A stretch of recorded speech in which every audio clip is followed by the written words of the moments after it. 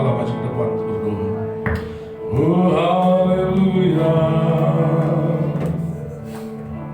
Terima kasih Bapak Surgawi. Kau Bapa yang baik, sangat baik, teramat baik bagi kami Tuhan. Betapa besar pengorbanan Tuhan buat kami, sehingga kami boleh ada saat ini.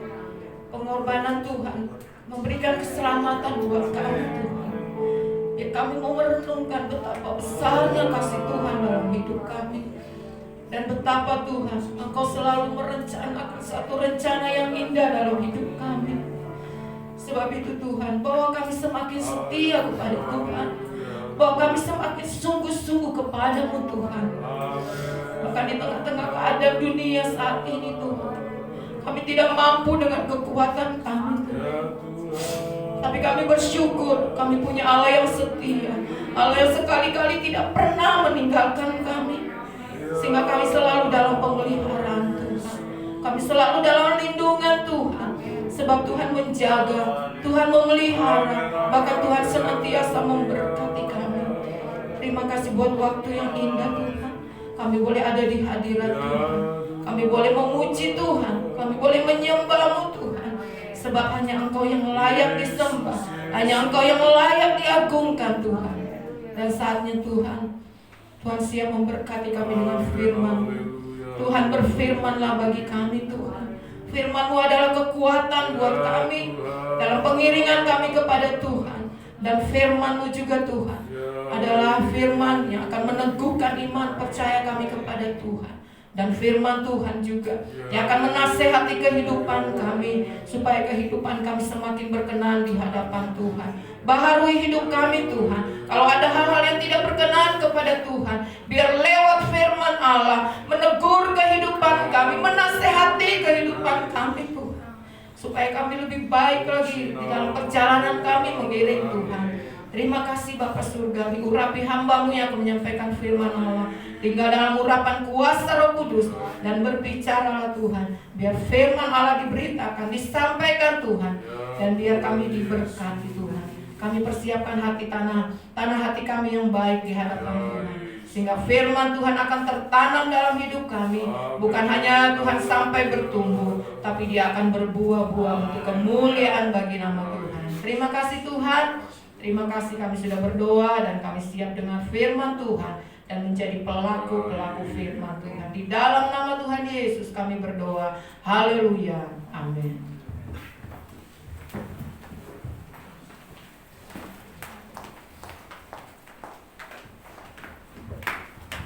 Puji Tuhan, saudara yang saya kasih dalam Tuhan. Pada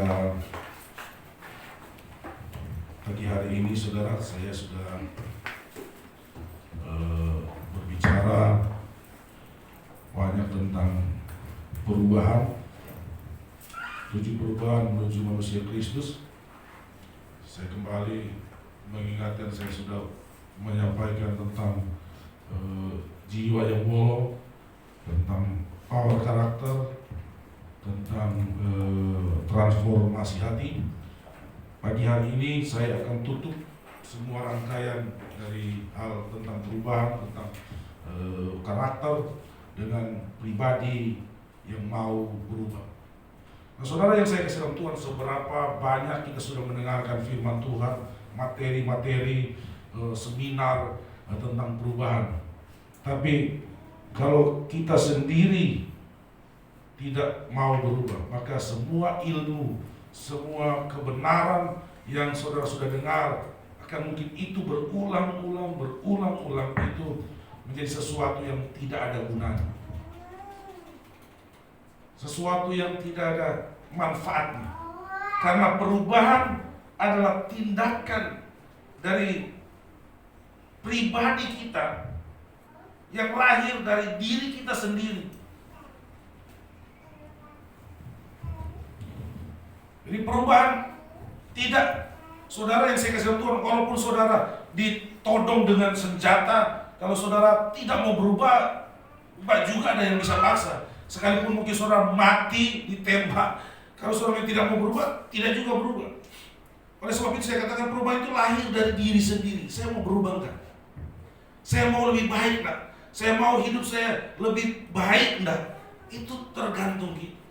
Jangan heran terkadang kehidupan kita berada pada keadaan yang begitu saja. Jadi anak Tuhan sudah berpuluh-puluh tahun, tetapi kehidupan rohaninya enggak naik-naik, enggak berubah-berubah. Bahkan saya mau katakan terkadang ada yang sudah berpredikat pendeta, tapi gaya hidupnya, perbuatannya, tingkah lakunya enggak ada bedanya dengan manusia daging, dengan manusia duniawi. Kenapa? Karena dia tidak mau berubah. Secara ilmu dia sudah banyak, sudah kenyang dengan pendidikan teologi, sudah kenyang dengan bermacam-macam ilmu teologi, tetapi dalam praktek hidupnya dia tidak berubah. Apa kurangnya Petrus, saudara? Kurang lebih 3,5 tahun dia dalam pendidikan langsung dari Yesus, dari Tuhan. Dia mengikuti Yesus dalam perjalanan Yesus ketika Yesus melayani, ketika Yesus datang ke dunia ini. Dia telah melihat pengajaran-pengajaran, mendengar pengajaran-pengajaran. Dia telah melihat bagaimana mujizat-mujizat Tuhan terjadi. Tetapi apa yang terjadi, saudara?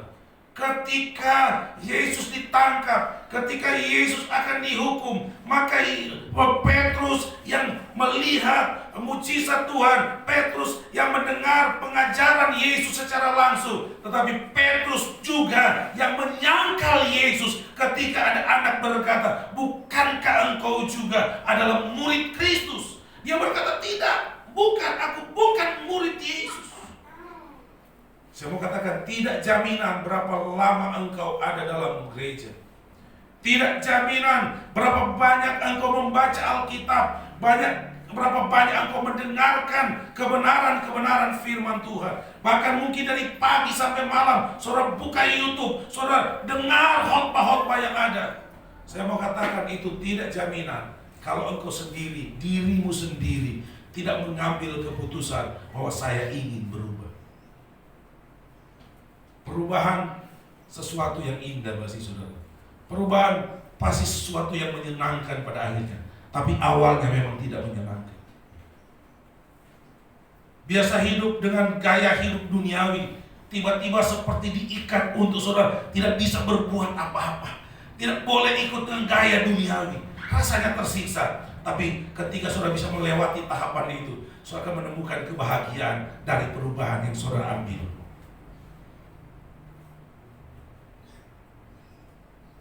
Saya mau katakan Tuhan pun tidak bisa mengubah saudara kalau saudara tidak mau berubah.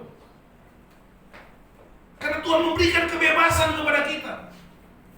Mau tidak berubah, mau tidak bertobat. Sekalipun Tuhan punya kuasa yang begitu besar untuk bisa mengubah saudara, tapi Tuhan tidak mau lakukan itu kalau saudara tidak mau berubah. Buktinya Petrus 3 tahun bersama Tuhan Yesus, kenyataannya dia tidak berubah. Kenyataan dia masih menyangkal Yesus.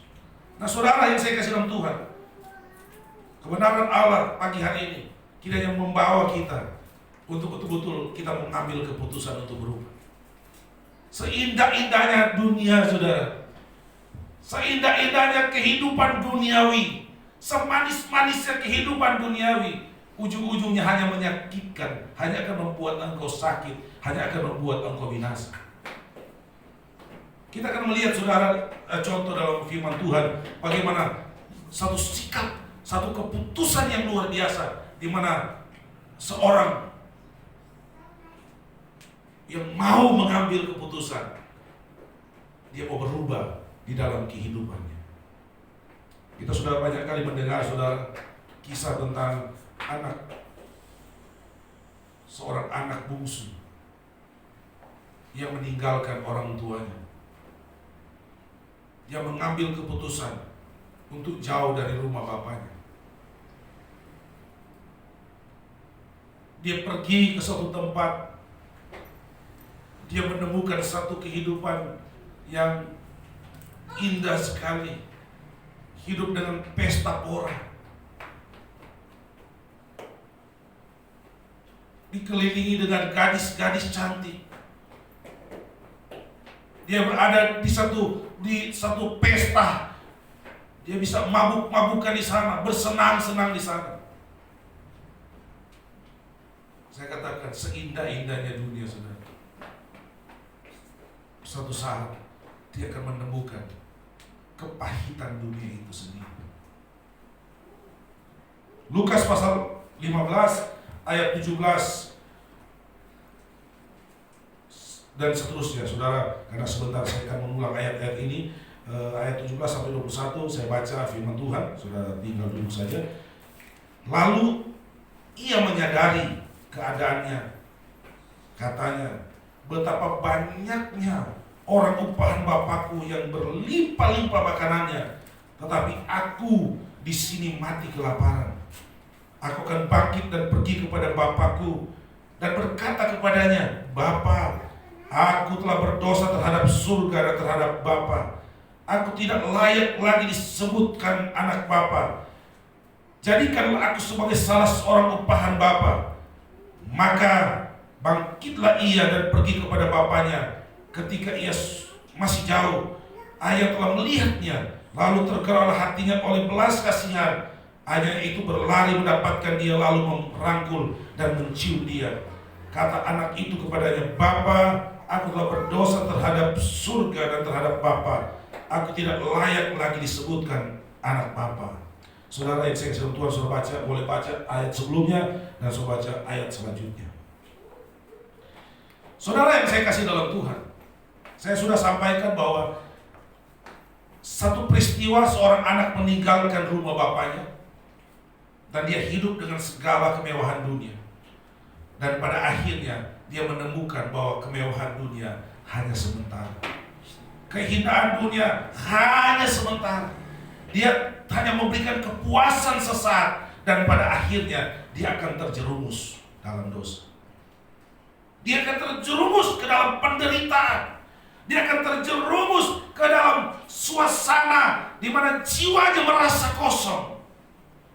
Nah, saudara, sehingga dia mengambil keputusan, saya ingin berubah.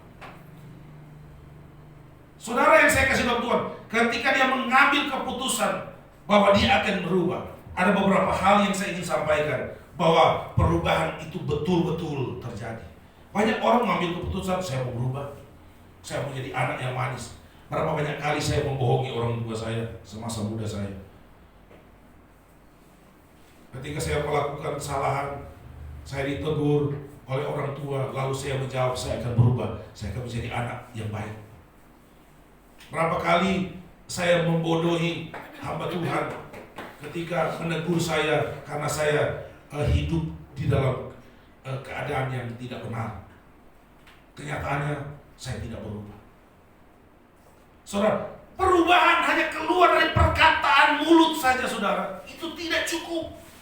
Saudara boleh berkata, saya mau berubah, saya boleh menjadi orang yang baik, saya mau menjadi orang yang menjadi teladan, saya mau menjadi orang yang berkenan kepada Bapa dan berkenan kepada Tuhan. Kalau itu hanya di mulut saja, saudara, itu percuma. Karena perubahan yang sesungguhnya yang dilakukan oleh anak yang telah meninggalkan rumah bapaknya, anak yang telah meninggalkan kebenaran, anak yang telah meninggalkan kemuliaan bapaknya, yang pertama yang harus terjadi adalah menyadari kesalahan, menyadari dosa. Saudara berkata, saya mau berubah, tapi saudara tidak tahu saudara berubah karena apa. Yang pertama, saya mau berubah karena saya sudah melakukan kesalahan. Saya mau berubah karena saya sudah melakukan dosa. Saya mau berubah, saya mau meninggalkan dunia karena itu tempat di mana Allah tidak kehendaki, di mana Allah tidak mau saya berada di situ. Sebab itu saya mau katakan, yang pertama, kalau saudara ingin berubah, bukan hanya dari perkataan, tetapi dari dalam hati saudara menyadari bahwa saya sekarang ini berada di tempat yang salah. Saya ini berada di tempat yang tidak benar. Menyadari kesalahan. Ketika menyadari kesalahannya, akan ada tindakan-tindakan selanjutnya. Saudara, jangan juga hanya berhenti di menyadari kesalahan. Saudara menyadari kesalahan tapi saudara tetap hidup dalam kegelapan. Saudara menyadari kesalahan tapi saudara tetap duduk dalam kursi dosa. Maka itu juga percuma. Saudara melihat dalam ayat yang sudah kita baca tadi, ayat 18, aku akan bangkit dan pergi kepada Bapakku dan berkata kepadanya, Bapa, aku telah berdosa terhadap surga dan terhadap Bapa. Yang pertama, saudara, sadari kesalahan. Ini saya salah ini saya berdosa. Saya telah melakukan hal yang Tuhan tidak suka. Saya sudah melakukan hal yang Tuhan benci. Saya sudah melakukan sesuatu yang menyakitkan hati Tuhan. Saya tidak boleh berdiam dan saya tidak boleh melakukannya lagi. Sadari bahwa apa yang kita lakukan salah. Ketika kita menyadarinya, maka kita harus bertindak. Saudara,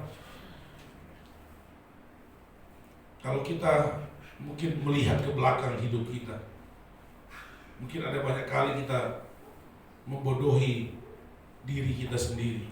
Kenapa? Karena kita hanya sampai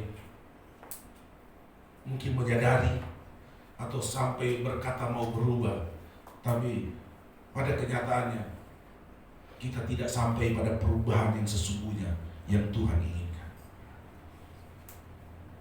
Kita harus menunjukkan satu sikap di mana saya harus benar-benar berubah.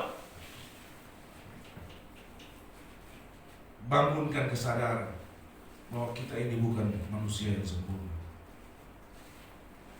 Kita ada kesalahan-kesalahan, kita ada dosa-dosa yang kita lakukan yang tidak berkenan kepada Tuhan, yang tidak sesuai dengan firman Tuhan.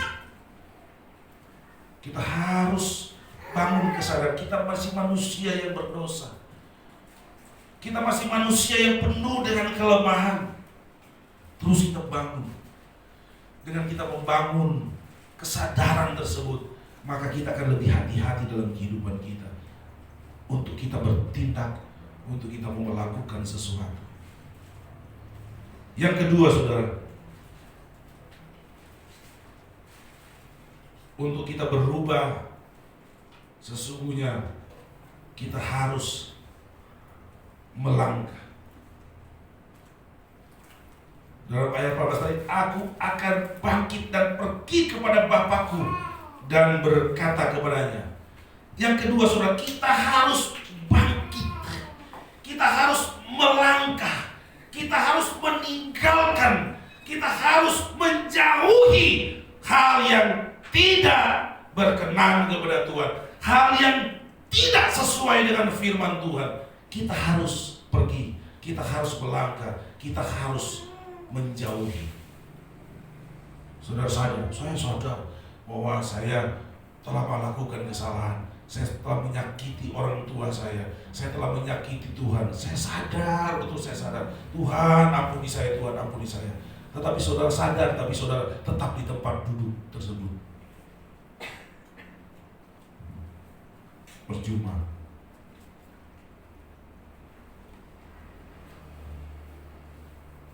Kalau kita sadar, kalau kita menyadari bahwa tempat di mana kita duduk, apa yang kita lakukan salah, benar-benar mau berubah, maka tinggalkan itu. Berbalik kepada Bapa.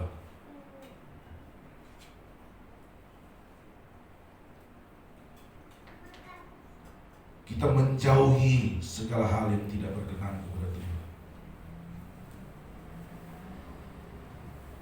Kita mendekatkan diri kita kepada Bapa.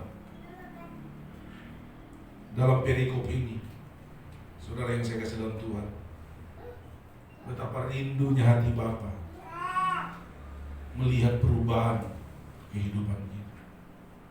Tapi apa daya kalau kita sendiri tidak mau berubah?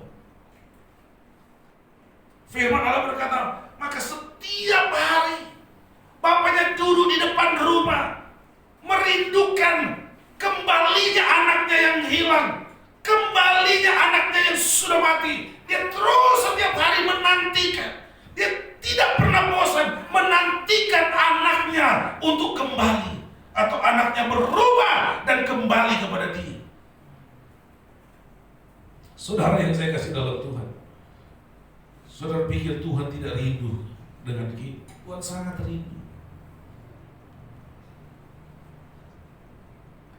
Saudara, sudah malam dia tetap menanti Ketika ada orang lewat, dia berpikir dengan penuh harapan dan sukacita, mudah-mudahan itu anakku.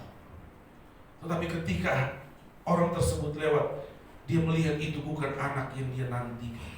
Betapa sedihnya dia. Berapa lama dia melakukan itu, saudara? Berapa lama dia menantikan anak yang dia kasihi itu kembali. Tadi firman Allah mencatat, saudara, ketika dari jauh bapaknya melihat anaknya kembali. Ketika sudah dengan jelas bahwa anak orang yang di sana itulah anakku. Orang yang di sana yang sementara berjalan dalam keadaan yang buruk, baju yang compang-camping, yang sudah bau, yang tidak mandi-mandi. Dalam kejauhan dia betul-betul menatap dan dia melihat itu anaknya. Firman Allah mencatat, maka dia bangkit berdiri dan dia berlari menemui anaknya dan dia memeluk anaknya. Saudara, itu kerinduan Bapa yang terpendam sekian lama. Hati Bapa yang sudah berkecamuk dengan kerinduan yang sangat dalam. Sehingga ketika dia melihat anak, dia tidak lagi melihat rupanya yang buruk, baju yang compang-camping, baju yang kotor. Dia tidak melihat itu lagi, tapi dia melihat anaknya. Dia merasakan kerinduan, sehingga dia tidak merasa jijik ketika dia memeluk anaknya. Dia peluk dengan penuh kasih, dia peluk dengan penuh kerinduan, dia peluk. Saudara yang saya kasih dalam Tuhan, kalau ingin kita merasakan pelukan Tuhan, kalau seorang ingin merasakan bagaimana ada dalam genggaman Tuhan, mari kita datang berubah. Kalau kita berbalik kepada Tuhan. Saudara yang saya kasih dalam Tuhan, kalau saudara jauh dari anak, 1 minggu saja jauh dari anak saudara, rasanya kepingin. Mungkin tiap hari saudara harus telepon, gimana kabarmu? Baik-baik. Sudah makan belum? Saudara, itu tiap hari pun dengan telepon ketemu bercakap-cakap. Tapi ketika saudara ketemukan fisiknya, suatu saat anak saudara pulang dari perantauan, saudara peluk dengan, kangen banget. Ini anakku bisa saya peluk lagi. Saudara yang saya kasih dalam Tuhan, Yesus selalu menantikan ini. Dia rindu kita untuk berbalik. Dia rindu kita untuk kembali kepada Dia. Saudara yang saya kasih dalam Tuhan, berubah itu bukan hanya kepentingan Tuhan. Berubah itu juga demi kepentingan kita. Saudara, ketika anak ini pulang, saudara, bukan hanya papanya yang senang, tapi perubahan itu adalah juga bagian dari kepentingan kita. Kalau saudara tidak berubah, saudara penuh dengan hati yang tidak enak, tidak nyaman, tidak ada sukacita. Digambarkan seperti baju yang kotor, baju yang compang-camping. Sehingga ketika saudara berubah, bertemu dengan Bapa, maka kepentingan kita di sana, kita diubahkan juga oleh Bapa. Baju yang compang-camping digantikan dengan jubah yang mahal.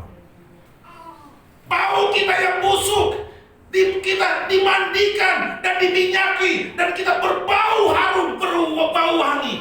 Gambaran dari hati yang penuh dengan sukacita. Orang yang berubah adalah orang yang penuh dengan sukacita dalam kehidupan dia. Orang yang berubah adalah orang yang penuh dengan rasa damai di dalam kehidupannya.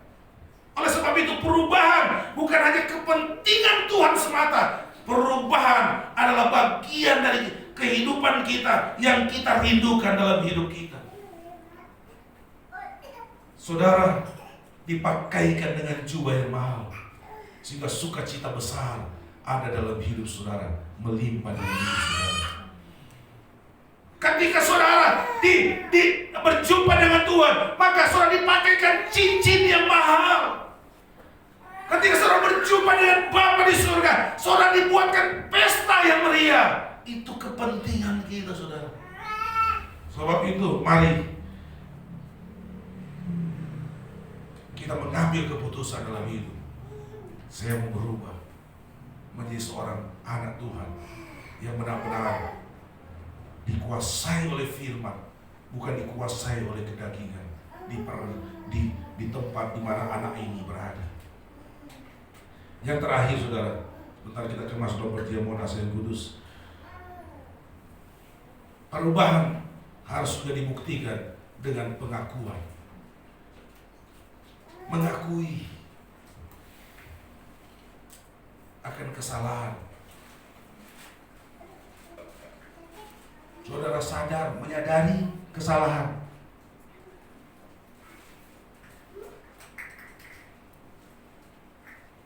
Tapi Tuhan butuh pengakuan, saudara. Tuhan, saya akui saya salah. Tuhan, saya akui saya berdosa. Tuhan, saya akui saya kan sudah berubah. Saya sudah minta ampun sama Tuhan. Tapi pengakuan itu secara terbuka dibutuhkan.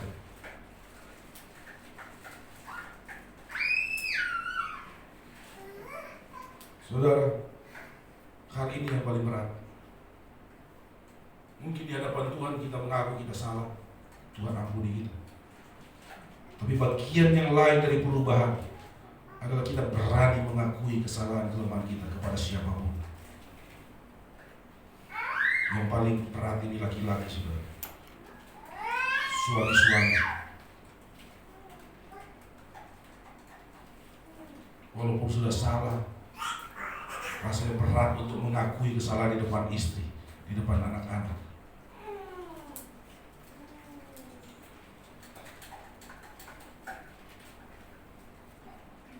Walaupun ada juga istri yang takut, mungkin karena saking takutnya sehingga dia tidak mengakui kesalahannya. Akhirnya kesalahan yang ditutup-tutup akhirnya menjadi besar, dan ketika dia terbuka meledak.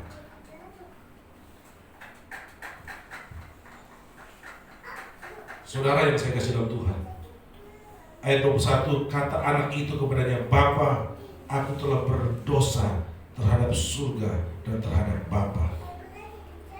Aku tidak layak lagi disebutkan anak Bapa.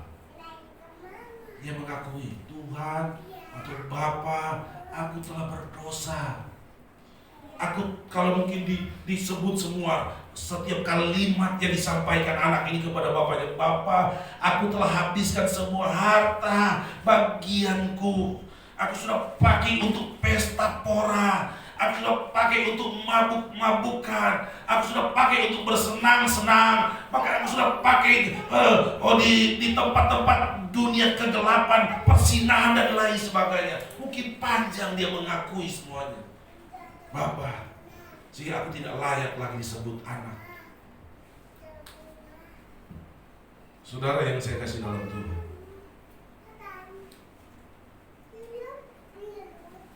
pengakuan itu sangat diperlukan, saudara.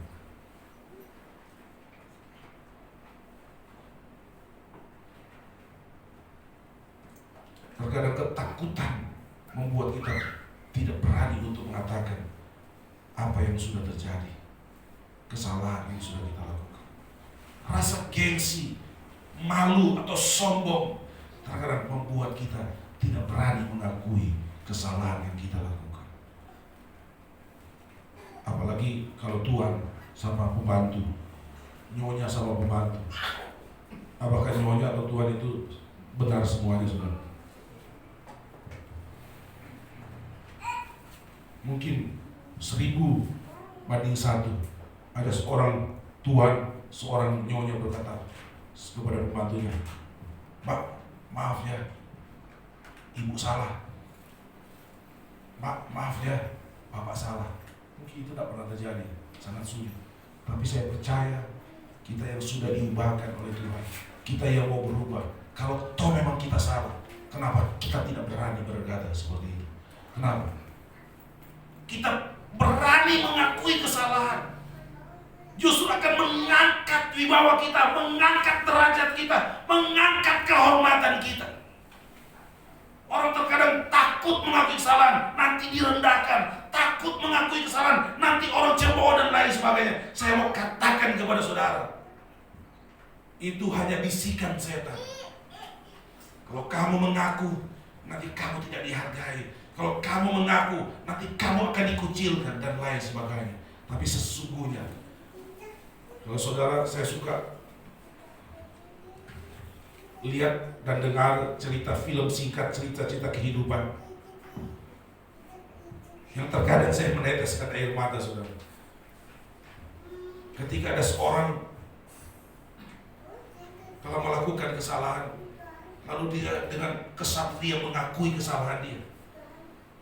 Justru kalau dia bawahan, itu biasanya dia diangkat, dipromosikan. Kenapa? Karena hanya sedikit orang katanya yang berani mengakui kesalahan. Bahkan ada cerita yang dimana seorang bos di kantor, dia sengaja mengambil sampah, dia berantakin. Lalu dia panggil semua karyawan yang ada dalam satu ruangan itu, dalam satu lantai itu. Dia panggil semua.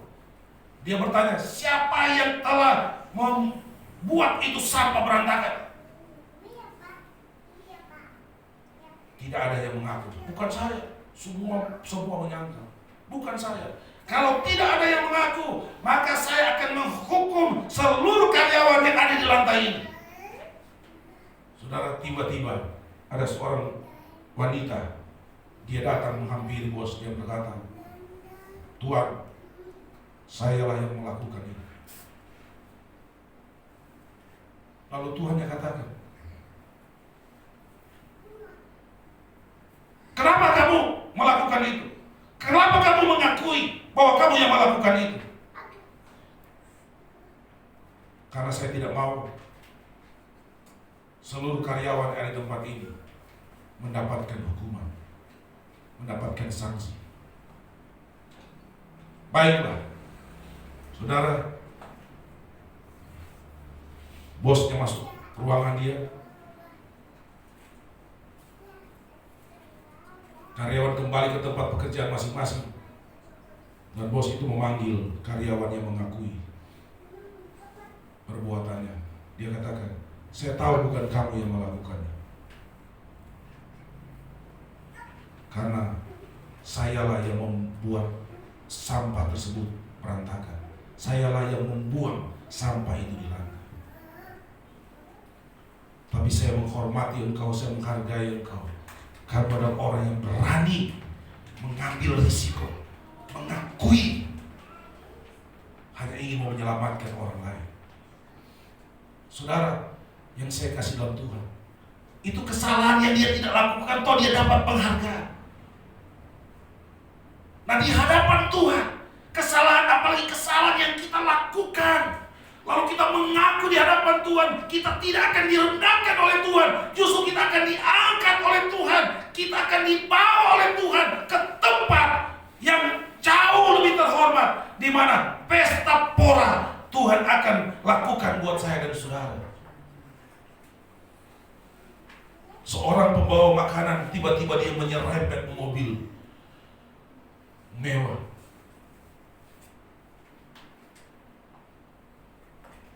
Saudara, dia tulis kertas karena dia harus melanjutkan pekerjaan dia. Dia tulis kertas, bos, Pak, ini nomor kontak saya. Saya tidak sengaja telah menggores mobil Anda. Saya harus melanjutkan tugas saya dulu. Anda boleh telepon saya dan sebentar, kalau saya sudah selesai tugas, saya akan kembali dan saya akan mengganti rugi apa yang sudah saya buat kerusakan.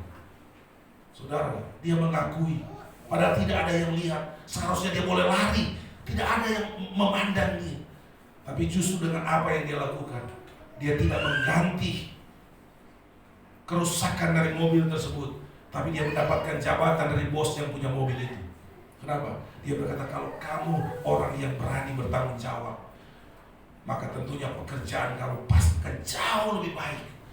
Baiklah, lebih baik kau bekerja di tempat saya. Saudara, saya mau katakan, sebab itu mari kita jangan takut untuk berubah. Jangan takut untuk mengakui kesalahan kalau benar-benar itu sudah kita lakukan. Karena itu akan membuktikan bahwa engkau adalah orang yang benar-benar sudah berubah. Amin saudara, kita mau berubah. Kita tidak harus dicekoki dengan segala macam ilmu, lalu itu hanya jadi sia-sia. Tapi kita sekalipun mungkin kita hanya sekedar mungkin tidak seperti orang-orang lain yang duduk dalam setiap seminar, tetapi ketika kebenaran Allah disampaikan, kita terima itu dan kita jadikan itu kunci untuk kita mau berubah menjadi orang yang berkenan kepada Tuhan. Puji nama Tuhan. Kita akan masuk dalam perjamuan Asa yang kudus. Kita siapkan hati kita. Kita percaya Tuhan akan menolong kita. Petrus yang tadinya tidak kuat, Petrus yang tadinya tidak berubah selama 3,5 tahun bersama dengan Yesus, tetapi Roh Kudus hadir untuk memberikan kekuatan kepada Petrus, sehingga Petrus menjadi orang yang benar-benar bisa berubah dalam kehidupannya, sehingga dia bisa menghadapi ancaman maut, dia bisa menghadapi tekanan-tekanan dalam hidupnya. Karena apa? Karena Roh Kudus membantu dia untuk berubah. Ketika ayam berkokok, dia menyesali apa yang dia lakukan. Penyesalan dia mendorong dia datang berbalik kepada Tuhan, mengakui dosanya, dan dia diberikan kekuatan oleh Tuhan. Salibnya, kita nyanyikan pujian ini, dan kita akan masuk dalam persekutuan di dalam tubuh dan darah Yesus. Haleluya.